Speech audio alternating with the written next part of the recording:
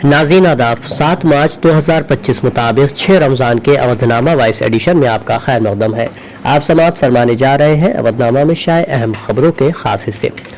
हज सफ़र के लिए हवाई किराया अलग अलग मकामात के लिए मुख्तलिफ होना आम बात है, लेकिन कुछ मकामात पर किराया ज़्यादा होने की शिकायत अक्सर सामने आती रहती हैं। ऐसे ही एक शिकायत सुप्रीम कोर्ट में दाखिल की गई। इस अर्जी में हवाई किराए तय करने से मुतालिक सवाल उठाया गया, जिस पर सुप्रीम कोर्ट ने अपना फैसला सुना दिया है। अदालत उज़्मा ने कहा है कि अर्जी दहिंदा हुकूमत के सामने रिप्रेजेंटेशन दे, एक हफ्ते के अंदर अहल अथॉरिटी इस पर फैसला लेकर उसकी जानकारी आम करे। संभल के पुलिस अफसर सीओ अनुज चौधरी ने होली और जुमे के एक ही दिन होने के तनाजुर में मुस्लिम बरादरी के लिए एक सख्त बयान जारी किया है।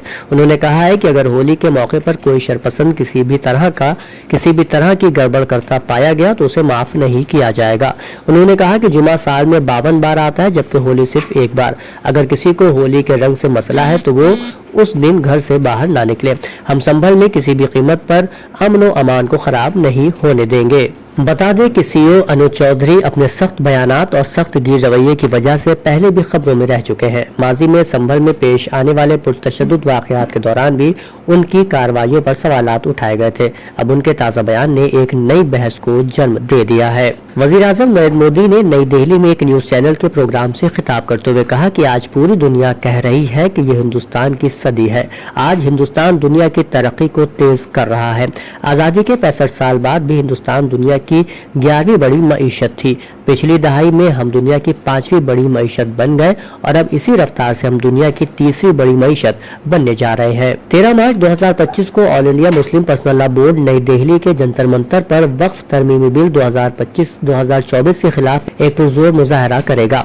All India Muslim personal law board के तर्जुमान और मुजाहरे के ऑर्गेनाइजर डॉक्टर सैयद कासिम रसूल इलियास ने एक प्रेस बयान में कहा कि बाज़ तकनीकी वजूहात की बिना पर मुजाहरे की तारीख में तब्दीली की गई है। अब यह मुजाहरा 10 मार्च के बजाय 13 मार्च को जंतर मंतर दिल्ली पर होगा।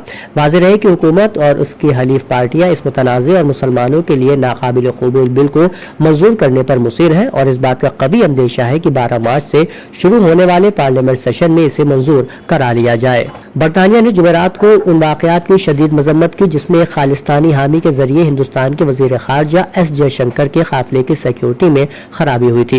बरतानिया ने उसे मुकम्मल तौर पर नाकाबिल कबूल करार दिया और कहा कि इस तरह की धमकियां देने, डराने या अवामी तक़रीबात में खलल डालने की कोई जगह नहीं होनी चाहिए। यह वाक़या उस वक्त पेश आया जब वज़ारत ख़ारजा ने बरतानिया से अपनी सिफारती जिम्मेदारियां पूरी करने का मुतालबा किया, क्योंकि बुध की शाम लंदन में एक मुजाहिरीन ने जयशंकर के काफ़िले को घेरने की कोशिश की। ये मुजाहिरीन कुछ दूसरे लोगों के साथ खालिस्तान के हक में नारे लगा रहे थे और अलहदगी पसंद परचम लहरा रहे थे। ताहम मेट्रोपॉलिटन पुलिस ने फौरी कार्रवाई करते हुए उस शख्स को रोक दिया। ताहम अभी तक किसी गिरफ्तारी की तस्दीक नहीं हो सकी है। इस्लामिक सेंटर ऑफ इंडिया के चेयरमैन और उत्तर प्रदेश के दारुल हुकूमत लखनऊ में ईदगाह के इमाम मौलाना खालिद रशीद फिरंगी मैली ने तमाम मसाजिद कमेटियों से रमजान के दूसरे जुमे की नमाज का वक्त बढ़ाकर दोपहर 2 बजे तक करने की अपील की है।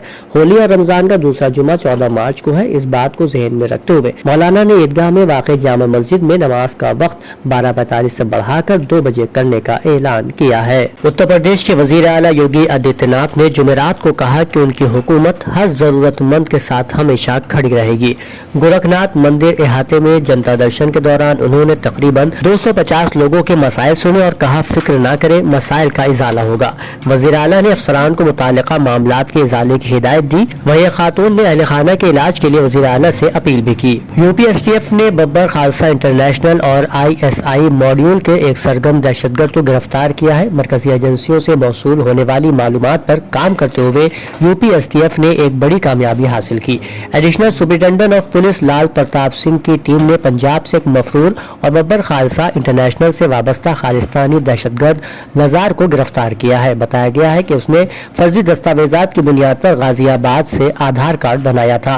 वो उसके जरिए फर्जी पासपोर्ट बनवाने की कोशिश कर रहा था। मरकजी हुकूमत के जरिए वक्फ तरमीमी बिल को मनमाने तरीके से पार्लियामेंट में पेश करने के खिलाफ 7 मार्च को जुमे को आज़फी मस्जिद में एहतजाज किया जाएगा।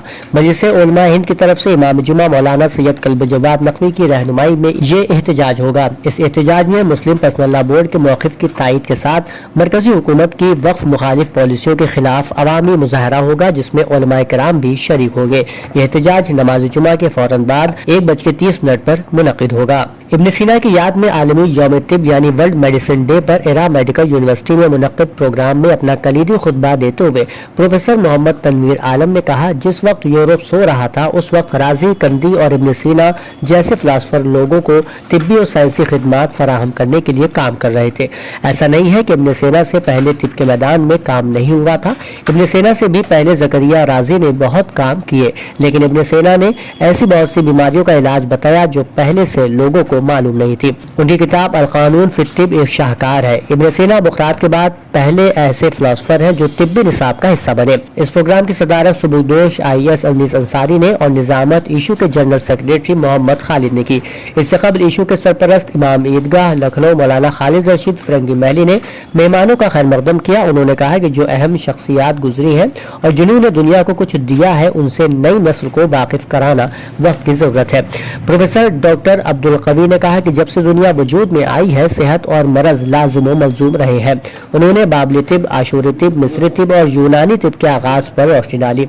एरा यूनिवर्सिटी के vice chancellor professor Abbas Ali mehndi ने कहा कि मॉडर्न मेडिसिन में बहुत तब्दीली और तरक्की हुई है। उन्होंने कहा कि अगर किसी जड़ी बूटी से किसी को फायदा पहुंचे तो उस पर रिसर्च जरूरी है ताकि दीगर लोगों को भी उसका फायदा मिल सके। अवधनामा में शायद जहानुमा खबरों के मुताबिक अमेरिकी सदर डोनाल्ड ट्रंप ने गजा को मजीद तबाही की धमकी देते हुए कहा कि अगर बाकी मानदा सभी यरगमालियों को अभी और फौरी तौर पर रिहा न किया गया तो समझिए कि आप मर चुके हैं।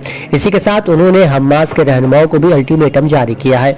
उन्होंने गजा में जंग दोबारा शुरू करने की धमकी देते हुए कहा कि मैं इसराइल को बस सब कुछ भेज रहा हूं जो काम खत्म करने के लिए दरकार है। अगर आप मेरे कहे मुताबिक अमल नहीं करते हो तो हमास का एक भी रुकन महफूज नहीं रहेगा।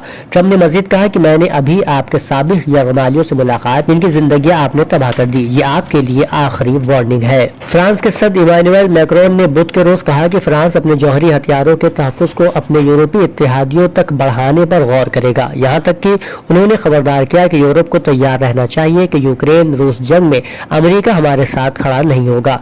मीडिया रिपोर्ट्स के मुताबिक मिस्टर मैक्रोन ने अपने सरकारी सोशल मीडिया चैनल्स पर बराह रास्त नशरियात में कहा, मैंने यूरोपीय बराआज़म में अपने इत्तेहादियों की हिफाजत के लिए अपनी मुज़ाहमत पर एक स्ट्रेटेजिक बहस शुरू करने का फैसला किया है।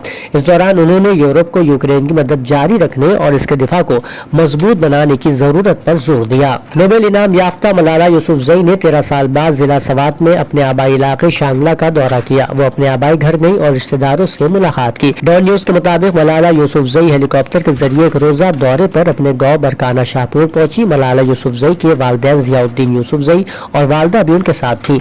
बता दें कि मलाला यूसुफजई को 2012 में तालिबान की फायरिंग से जख्मी होने के बाद बैरून मुल्क मुंतकिल कर दिया गया था। पाकिस्तान में बाज लोग उनकी सरगर्मी से मुश्ताल थे और इसके बाद से वो जनवरी 2025 में दूसरी बार पाकिस्तान आई थी। वियना में बैनुल अक़वामी इदारों में ईरान के मुस्तकिल मंदूब मोहसिन नज़ीरी ने सहयूनी हुकूमत के हाथों गजा में आम शहरियों के होने वाले वहशियाना कत्ले आम की तरफ इशारा करते हुए इस इलाके में इंसानी बहरान को इंसानियत के खिलाफ जराइम और नस्ल कुशी का वाज़ेह नमूना करार दिया।